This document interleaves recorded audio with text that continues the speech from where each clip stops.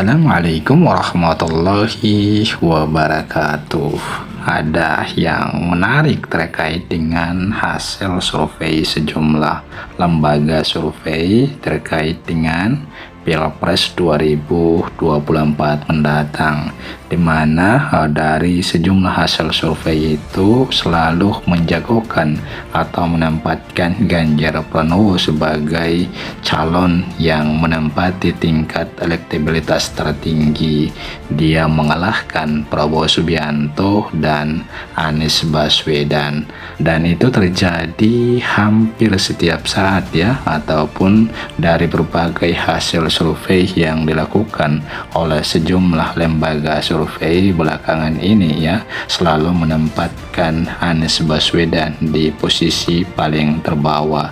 Padahal kalau kita lihat ya fakta di lapangan dari hasil safari politik yang dilakukan oleh Anies Baswedan di berbagai daerah belakangan ini, nampak begitu jelas sangat besar antusias warga ataupun publik untuk menghadiri safari politik yang dilakukan Anies Baswedan. Namun dari hasil survei yang dilakukan oleh sejumlah lembaga survei ini berbeda ya, di mana selalu menempatkan Anies Baswedan di posisi paling terakhir. Menanggapi hasil survei dari sejumlah lembaga survei itu, Anies kemudian angkat bicara, dan menarik yang disampaikan oleh Anies Baswedan ini seperti yang kita lihat ya, yang diangkat oleh wartaekonomi.co.id.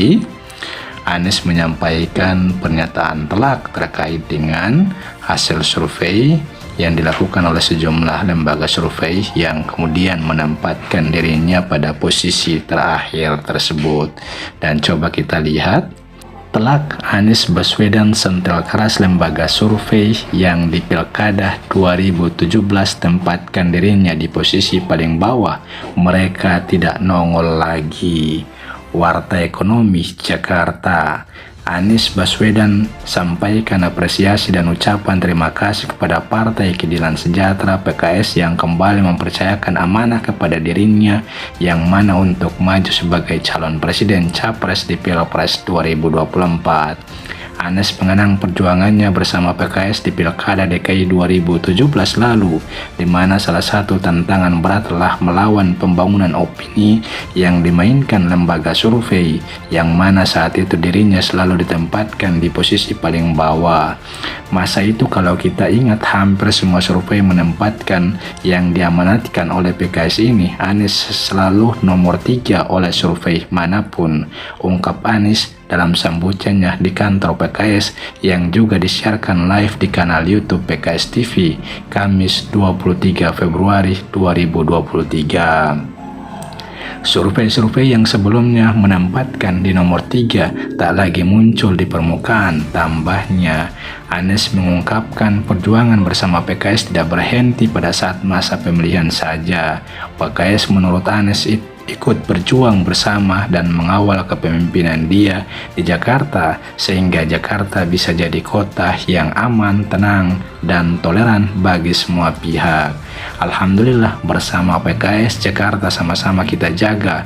Yang terjadi adalah Jakarta tenang, teduh, aman, damai, tentram, dan penuh toleransi di seluruh warganya. Yang muncul adalah perasaan saling menghormati antara unsur Jakarta. 5 tahun yang tenang, teduh, dan damai, bukan 5 tahun yang ada ketegangan atau situasi tidak aman. Jelasnya, sebagaimana diketahui, PKS resmi menjatuhkan dukungan ke Anies Baswedan. Presiden PKS Ahmad Saiku mengungkapkan Majelis Syuro PKS telah mengerucutkan nama dan dipilihlah Anies Baswedan sebagai calon presiden mereka. Alhamdulillah, pembahasan mengerucut sosok yang dimaksud itu jatuh pada Anies Baswedan. Kita usung beliau menjadi tokoh nasional dan Allah takdirkan sebagai presiden, ujar Saiku. Jadi seperti itu sindiran telak yang disampaikan oleh Anies Baswedan terkait dengan hasil survei yang dilakukan oleh sejumlah lembaga survei yang selalu menempatkan namanya di posisi paling terakhir atau di posisi urutan ketiga, dan itu juga pernah dialaminya saat dirinya maju sebagai calon gubernur di Pilkada DKI beberapa tahun silam. Dan faktanya hasil pada Pilkada DKI Jakarta beberapa tahun silam itu menempatkan Anies Baswedan sebagai pemenangnya. Fakta itu akhirnya membantah semua hasil survei yang dilakukan oleh lembaga survei pada masa itu. Ya, demikian ulasan kita, semoga memberikan pencerahan. Amin. Wallahu alam. Assalamualaikum warahmatullahi wabarakatuh.